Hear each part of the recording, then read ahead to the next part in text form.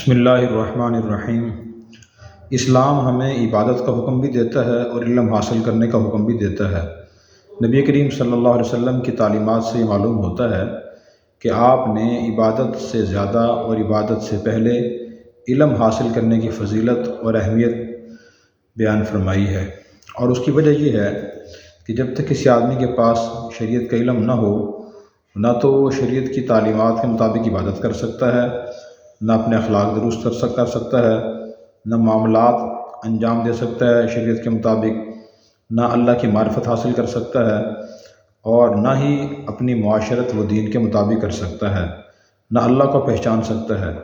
نبی کریم صلی اللہ علیہ وسلم پھر ایک اور یہ انداز اختیار فرمایا سمجھانے کے لیے، یہ انداز اختیار فرمایا کہ آپ نے عابد یعنی عبادت گزار سے زیادہ عالم کی فضیلت بیان فرمائی ہے۔ آج ہمارے معاشرے میں جو مسلمان دین کی طرف متوجہ ہوتے ہیں وہ کچھ نہ کچھ عبادت تو کرتے ہیں، مثلا تہجد کی نماز پڑھتے ہیں، اشراق، چاشت، اوابین، اور اسی طرح تلاوت کرتے ہیں، درود شریف پڑھتے ہیں، استغفار، ختم خواجگان، دوسرے عبادات انجام دیتے ہیں، ذکر و اذکار کرتے ہیں،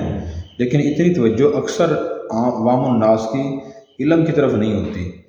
حالانکہ آپ صلی اللہ علیہ وسلم نے بار بار عبادت سے زیادہ علم کی طرف متوجہ ہونے کی تاکید فرمائی ہے۔ میں آج صرف اس سلسلے میں 3-4 احادیث عرض کرتا ہوں تاکہ معلوم ہو سکے کہ آپ صلی اللہ علیہ وسلم کیا فرما رہے ہیں اس بارے میں۔ یہ پہلی حدیث جامع ترمذی کی ہے، 2685 اس کا نمبر ہے۔ عن ابی امامۃ الباہلی رضی اللہ عنہ قال ذکر لرسول اللہ صلی اللہ علیہ وسلم رجلان احدهما عابد والآخر عالم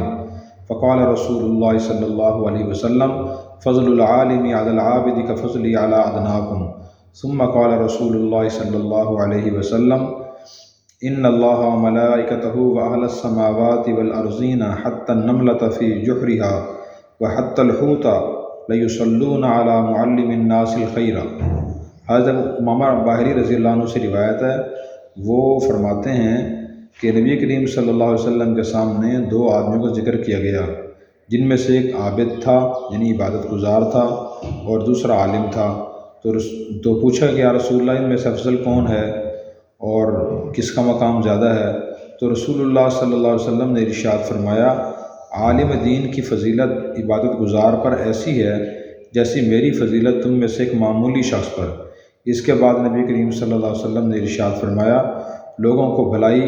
سکھانے والے پر اللہ تعالیٰ، اس کے فرشتے، آسمان اور زمین کی تمام مخلوقات، یہاں تک کہ چونٹی اپنے بل اور سوراخ میں اور مچھلی پانی میں اپنے اپنے انداز میں رحمت بھیجتی اور دعائیں کرتی ہیں۔ تو دیکھیں، آپ سے پوچھا کہ یا رسول اللہ ایک عابد ہے جس کا دن رات کا مشغلہ عبادت ہے، یعنی بشری تقاضوں کے علاوہ اس کی زیادہ مصروفیت عبادت کی ہے۔ دوسرا شخص عالم ہے، یعنی وہ فرض واجب عبادات انجام دیتے ہیں اور زیادہ عبادت انجام نہیں دیتے۔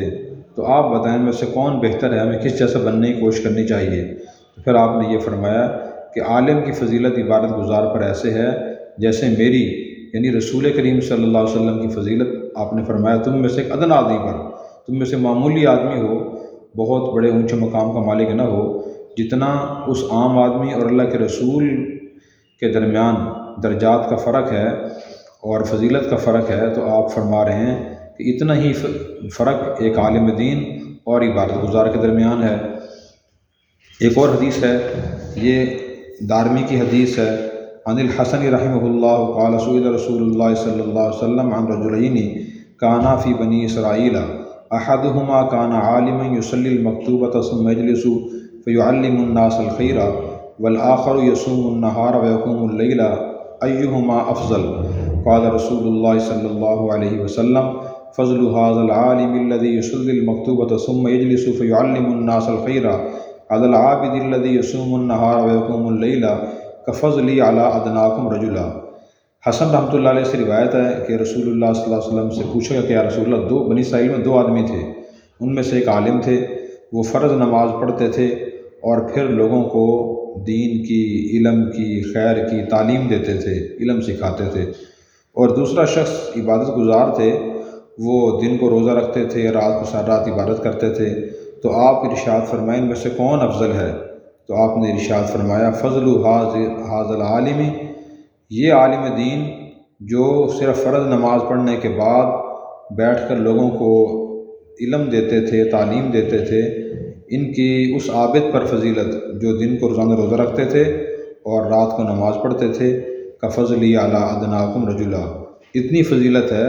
جیسے میری یعنی رسول اللہ صلی اللہ علیہ وسلم کی تم میں سے ایک معمولی آدمی پر فضیلت ہوتی ہے۔ یہ مقام آپ نے کیوں ارشاد فرمایا؟ اس کی بہت سی وجوہات ہیں۔ ایک وجہ تو یہ ہے کہ جو عبادت گزار ہوتا ہے اس کی فکر سے اپنے بارے میں ہوتی ہے کہ میری نجات ہو جائے، اللہ مجھ سے راضی ہو جائے، اچھی فکر ہے،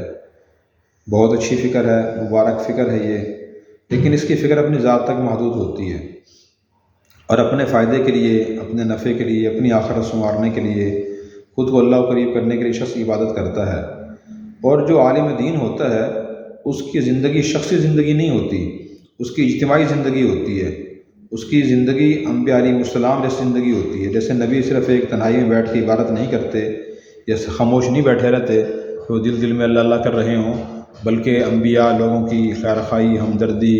ان کی تعلیم، ان کی تربیت، ان کے اعمال و اخلاق کی درستی فکر کرتے ہیں۔ تو اسی طرح جو صحیح معنی میں عالم دین ہوتا ہے اور یہ کام کر رہا ہوتا ہے وہ نبی کا جانشین ہوتا ہے، وہ نبی جیسا کام کر رہا ہوتا ہے، نبی کے طریقے پہ کام کر رہا ہوتا ہے۔ اس لیے حضور نے فرمایا ان العلماء ورثۃ الانبیاء، کہ بے شک علماء انبیاء کے وارث ہیں۔ تو یہ ایک بڑا فرق ہے۔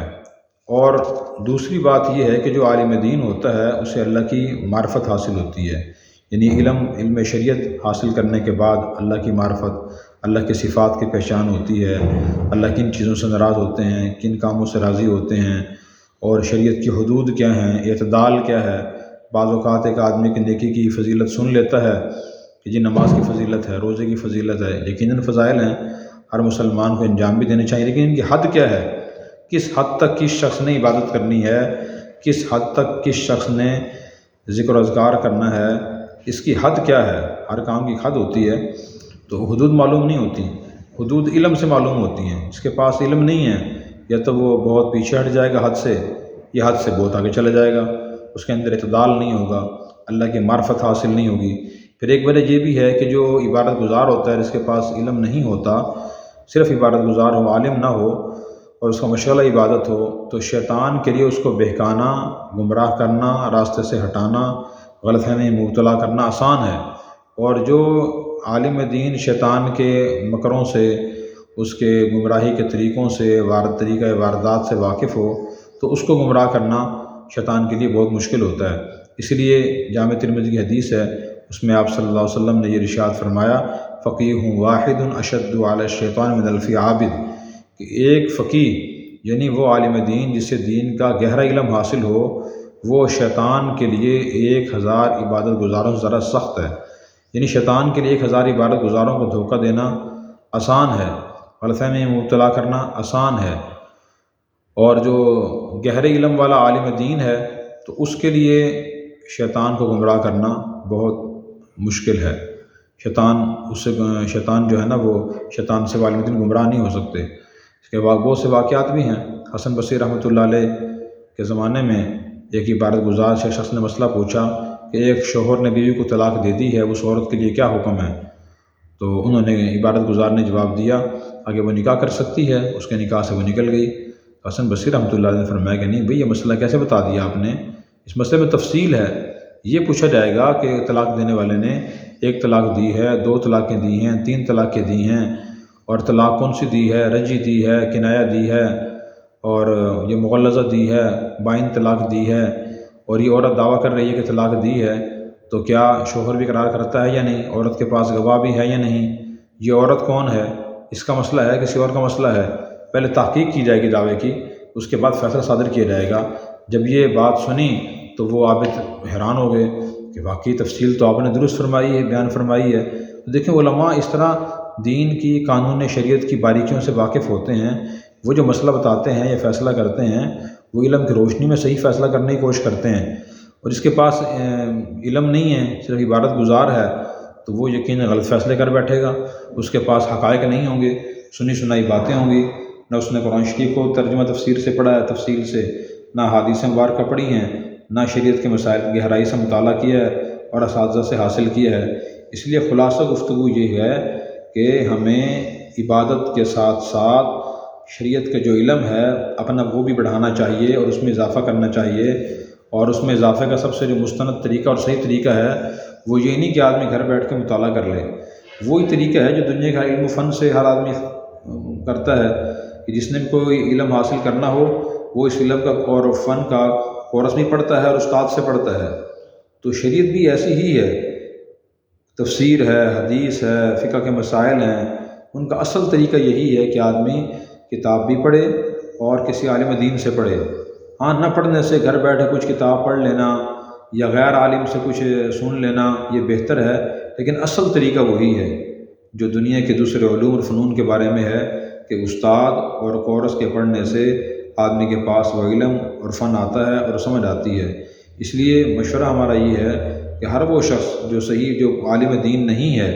تو اس کو چاہیے اپنے قریب کسی بھی عالم دین سے کوئی جامع کتاب سبکن پڑھ لے۔ جامع کتاب سے مراد وہ کتاب جس میں ہر شعبہ زندگی سے متعلق آیات ہوں یا احادیث ہوں، اور آیات اور احادیث ہوں اور شرعی مسائل ہوں، وہ پڑھ لیں سبکن۔ ساری احادیث نہ پڑھیں، چند احادیث پڑھ لیں، عقائد کے بارے میں 10-12 احادیث پڑھ لیں، 50 احادیث پڑھ لیں، عبادات کے بارے میں 50 احادیث بے شک اردو کتاب میں لکھی ہوئی ہوں سمجھ کے پڑھ لیں۔ تو اس طرح پڑھنے سے آدمی کو دین کی سمجھ آئے گی اور اسے معلوم ہوگا کہ میں علم کی روشنی میں کام صحیح کر رہا ہوں یا غلط کر رہا ہوں۔ اللہ تعالی ہمیں سمجھ عمل کی توفیق عطا فرمائے۔